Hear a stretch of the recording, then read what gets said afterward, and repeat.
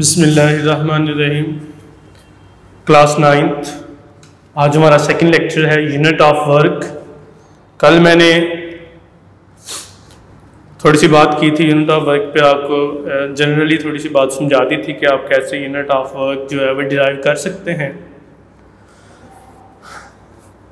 आज थोड़ा सा ब्रीफली आपको बता देता हूँ, क्योंकि हमने कल पढ़ा कि कोई बॉडी वर्क तब करेगी जब आप उसके ऊपर फोर्स लगाएं और फोर्स की डायरेक्शन में वो बॉडी क्या करे, डिस्प्लेसमेंट कवर करे। सम टाइम होता है कि फोर्स की डायरेक्शन में डिस्प्लेसमेंट नहीं होता, फिर आप उसको क्या करते हैं, फोर्स को रिजॉल्व कर लेते हैं into its perpendicular components, mean F of X and F of Y. वो कल वाली बातें थी।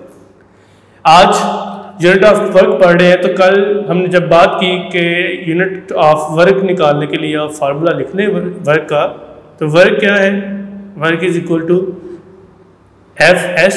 F is the force, S is the displacement. Force का यूनिट हमें पता है क्योंकि न्यूटन होता है, और डिस्टेंस हमारे पास जो है, डिस्प्लेसमेंट जो है इसका यूनिट हमारे पास मीटर होता है। तो दोनों को मल्टीप्लाई कर लें तो वर्क का यूनिट बन जाता है न्यूटन मीटर, या आप इसको जूल भी लिख सकते हैं। अब चूंकि आपको पता होना चाहिए कि जूल की डेफिनेशन क्या है, तो कोई भी बॉडी 1 जूल वर्क तब करेगी कि जब उस बॉडी के ऊपर फोर्स लगे 1 न्यूटन की और वो बॉडी डिस्टेंस कवर करे 1 मीटर का, तो हम फिर कहेंगे कि बॉडी ने 1 जूल वर्क किया है। इसकी मैं आपको एग्जांपल समझा देता हूँ। लेट्स सपोज दैट कि ये आपके पास एक गाड़ी है, एक कार है आपके पास। आपने उस कार के ऊपर जो है वो फोर्स लगाई है 1 न्यूटन की। 1 न्यूटन की फोर्स लगा के आपने इस बॉडी को मूव करवा दिया है, इस कार को मूव करवाया है by applying the force of 1 Newton. 1 newton की फोर्स लगाई है आपने इसके ऊपर, और बॉडी ने डिस्टेंस कवर किया है ऑफ 1 मीटर का। तो फिर आप कहेंगे कि यहाँ पे कितना वर्क हुआ है, the work is 1 joule.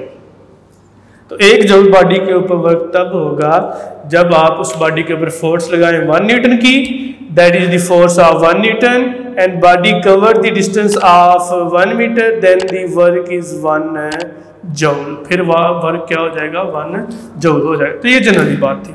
1 joule याद रखिएगा हमेशा इक्वल होता है 1 न्यूटन मीटर के। जूल बेसिकली वर्क का एक बहुत ही छोटा यूनिट है, स्मॉल यूनिट ऑफ वर्क। इसके बहुत बड़े यूनिट्स हैं, और उन बड़े यूनिट्स में से 2 मैंने लिखे हैं। एक है किलो जूल और दूसरा है मेगा जूल। किलो आपको पता है दैट इज अ प्रीफिक्स, और प्रीफिक्स किलो इक्वल होती है 10 रेज की पावर 3 जूल। 10 रेज की पावर 3 जूल आ गया। और एक mega joule that is also a prefix, पहले चैप्टर में पढ़ा हुआ 9th क्लास के आपने। तो prefix that is equal 10 raise की पावर 6। तो ये बड़े यूनिट हैं, जबकि जूल बजाते खुद एक क्या है, छोटा यूनिट है। अच्छा, दूसरी टर्म हमने पढ़नी है वो है एनर्जी। बहुत ही फंडामेंटल कंसेप्ट है साइंस का, बड़ा बेसिक कंसेप्ट और बड़ा अहम कंसेप्ट है एनर्जी। जैसे कल मैंने बात की थी कि वर्क है, तो वर्क से क्या मुराद है, व्हाट इज वर्क, हम वर्क किसे कहते हैं, तो कल हमने इस कंसेप्ट को समझा। इसी तरह आज एनर्जी है। क्या है जी एनर्जी? हम अमूमन बात करते हैं, बच्चे लड़ रहे हो, आपस में झगड़ रहे हो, तो कहते हो मुझ में बड़ी एनर्जी है, मुझ में तुमसे ज़्यादा एनर्जी है, मैं ऐसे कर सकता हूँ, मैं ऐसे कर सकता हूँ, मैं तुम्हें धक्का दूँ इतनी एनर्जी से तो तुम इधर से उधर चले जाओगे। What is mean? इसका क्या मतलब है? इसका मतलब ये है कि बच्चा अगर दूसरे बच्चे को धक्का दे रहा है तो बाय अप्लाइंग फोर्स, वो फोर्स अप्लाई कर रहा है उसके ऊपर। अब बच्चा यहाँ से धक्का खा के इस पॉइंट पे आ रहा है, इट मीन कि अगर ये बच्चा एक बच्चे को यहाँ से धक्का दे के यहाँ सेंड कर रहा है, पुट कर रहा है, फेंक रहा है, तो by applying force it mean यहाँ से यहाँ कोई डिस्टेंस भी कवर हो रहा है। तो force multiply by distance, work. तो फिर क्या एनर्जी, उसका क्या मतलब है एनर्जी का? एनर्जी का मतलब ये हुआ कि उसने क्या किया, वर्क। तो एनर्जी हम कह सकते हैं फिर it is the ability to do work. मैंने जो बात आपसे की है वो बात मैंने ये की है कि ये एक बच्चा है, अगर ये बच्चा दूसरे बच्चे को कहे कि मुझ में इतनी एनर्जी है कि मैं तुम्हें यहाँ से उठा के, दूसरे बच्चे को कह रहा है इसे कि मैं तुम्हें यहाँ से उठाकर यहाँ इस दीवार के साथ मार सकता हूँ, इस दीवार की तरफ फेंक सकता हूँ। इट मीन कि वो इसके ऊपर क्या लगाएगा, फोर्स। तो इसे उठा के फेंकेगा यहाँ पे, इस पॉइंट पे, तो इट मीन कि इसने क्या किया है, जिस बॉडी के ऊपर फोर्स लगाई है उस बॉडी ने डिस्टेंस कवर किया है, दैट इज द डिस्टेंस और डिस्प्लेसमेंट एस। तो एफ क्रॉस एस किसके इक्वल होता है, इट मीन इसने क्या किया है, वर्क किया है। तो एनर्जी से मुराद फिर क्या हुआ, ability to do work. A body have energy या a body possesses energy, it is ability to do work. अगर कोई बॉडी एनर्जी पोजेस कर रही है तो इसका मतलब है कि वो body have ability to do work. मैंने जैसे अभी एक लफ्ज बोला कि ये जो एनर्जी है that is the fundamental concept of science, बुनियादी कंसेप्ट है साइंस का। देखिए ना बुनियाद कैसे है कि एनर्जी को हमने वर्क के साथ रिलेट कर दिया। वर्क को किसके साथ हमने रिलेट किया, फोर्स के साथ, फोर्स और डिस्प्लेसमेंट के साथ। तो ये फोर्स और displacement that are the basics, ये फंडामेंटल कंसेप्ट है साइंस के, इसलिए एनर्जी क्या है, फंडामेंटल कंसेप्ट है। हमारे जितने भी नेचुरल फिनोमिनाज हैं उन सब नेचुरल फिनोमिनाज के अंदर एनर्जी का फिनोमिना जो है वो छुपा हुआ है, एनर्जी रखता है। जैसे डैम है, डैम से पानी चल रहा है या पानी वैसे ही फ्लो कर रहा है किसी स्ट्रीम में, तो उसकी अपनी एनर्जी है, उसके अंदर काइनेटिक एनर्जी है। मूविंग बॉडी है, पानी मूव कर रहा है तो मूविंग बॉडी की एनर्जी काइनेटिक एनर्जी होती है। इट मीन कि हर नेचुरल फिनोमिना के अंदर, विंड, हवा चल रही हो तो हवा की अपनी काइनेटिक एनर्जी होती है।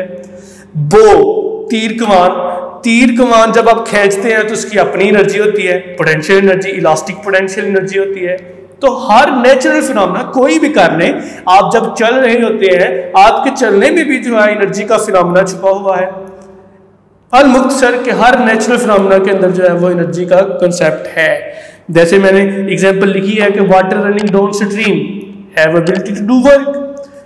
पानी जब स्ट्रीम से नीचे आता है तो वो काम करने की सलाहियत रखता है। सवाल ये पैदा होता है क्या काम करता है। मैं आपको एग्जांपल देता हूँ, डैम से जब पानी नीचे गिर रहा होता है तो वो गिरता है टरबाइन्स के ऊपर। जब वो टरबाइन्स के ऊपर गिरेगा तो टरबाइन्स चलेंगी, जब टरबाइन्स चलेंगी, रन करेंगी टरबाइन्स, तो वो क्या प्रोड्यूस करेंगी, वो प्रोड्यूस करेंगी इलेक्ट्रिसिटी। इसका मतलब है कि उस बहते हुए पानी ने क्या काम किया, क्या वर्क किया, वर्क ये किया उसने कि उसने जो है उसने उस टरबाइन को चलाया। उस टरबाइन के चलने से फिर क्या काम हुआ, काम ये हुआ कि इलेक्ट्रिसिटी प्रोड्यूस हुई। तो इसका मतलब है किसी बॉडी की एनर्जी, किसी भी फिनोमिना के अंदर एनर्जी से मुराद ये है कि वो बॉडी सलाहियत रखती हो काम करने की, ability to do work. Energy की डिफरेंट फॉर्म्स होती हैं, उन डिफरेंट फॉर्म में एनर्जी मैकेनिकल एनर्जी भी है, हीट एनर्जी की फॉर्म में भी है और लाइट एनर्जी की फॉर्म में भी है। इसके अलावा केमिकल एनर्जी भी हो सकती है, न्यूक्लियर एनर्जी भी हो सकती है, इलेक्ट्रिकल एनर्जी भी हो सकती है, साउंड एनर्जी, अल-मुख्तसर हज़ार फॉर्म ऑफ एनर्जी हो सकती हैं। किसी भी फॉर्म को आप जो है वो ले सकते हैं। लेकिन एक बात याद रखिएगा, इन तमाम फॉर्म ऑफ एनर्जी को आप एक फॉर्म से दूसरी फॉर्म में चेंज कर सकते हैं।